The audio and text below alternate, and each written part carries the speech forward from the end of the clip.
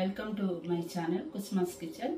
ఈరోజు కుస్మాస్ కిచెన్లో దోసకాయ టమాటా రెసిపీ చూపించబోతున్నాను. ఈ వీడియో కనుక మీకు నచ్చినట్లయితే లైక్ చేయండి, షేర్ చేయండి. కొత్తగా నా ఛానల్ చూసేవాళ్ళైతే సబ్స్క్రైబ్ చేసుకోండి.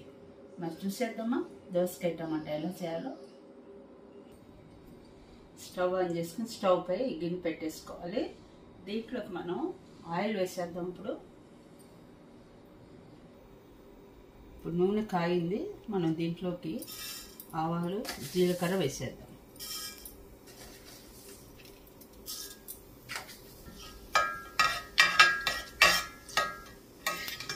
తాలింపు దోరగా వేగింది. ఇప్పుడు మనం దీంట్లోకి కట్ చేసి ఉంచుకున్నటువంటి ఉల్లిపాయ ముక్కలు వేసేద్దాం.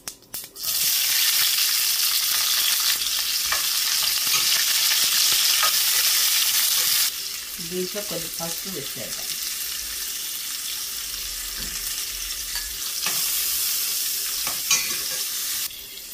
ఇప్పుడు దీంట్లో ఒక స్పూన్ అంతా అల్లం వెల్లుల్లి పేస్ట్ కూడా వేసేయాలి.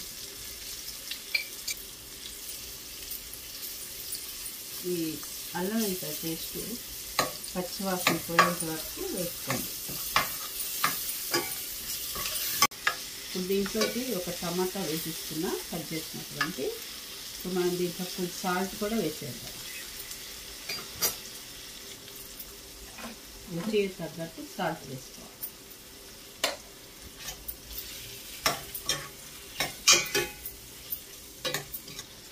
దోసకాయని ఈ విధంగా చక్కగా కట్ చేసుకున్నా వీటిని కూడా వేసేద్దాం.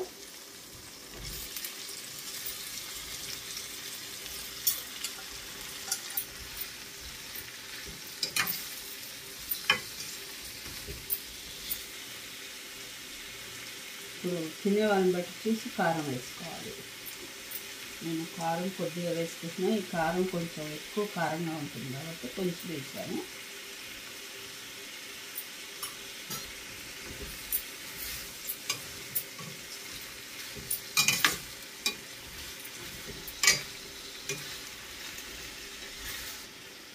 ఇప్పుడు మూత పెట్టేసి కొద్దిసేపు ఉడికించుకోవాలి. మీడియం ఫ్లేమ్ పెట్టేసుకుందాం.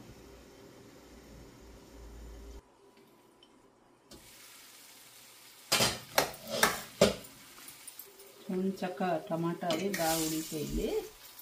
కాకపోతే ఇందులో కొంచెం మనం వాటర్ వేసుకోవాలి. దోసకాయ ఉడకాలి కదా.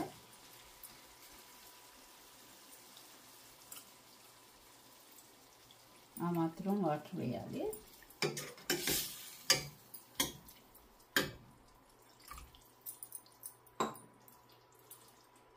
మళ్ళీ మూత పెట్టేసుకుందాం. చూసారు కదా చక్కగా ఉడికిపోయింది దోసకాయ టమాటా కూర. ఇప్పుడు మనం ఫైనల్గా దీంట్లోకి ఏమీ లేదండి, జీలకర్ర పొడి ఒక్కటి వేయండి. ఎంతో టేస్ట్గా మధురంగా ఉంటుంది కర్రీ అన్నమాట. ఇలా చేసుకుంటే